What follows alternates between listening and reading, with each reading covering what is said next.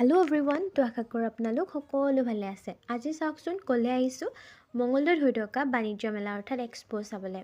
যিহেতু কাইলৈ শেষেই হ'ব, এক্সপ' চাব আহি যদি জুবিনদাৰ ওচৰত নাযাওঁ কেনেকৈ হ'ব। তো এটা ফটো পইণ্ট বনাইছিল, তাতে দুখনমান ফটো উঠি এতিয়া গৈ আছোঁ ষ্টলবোৰ চাবলৈ।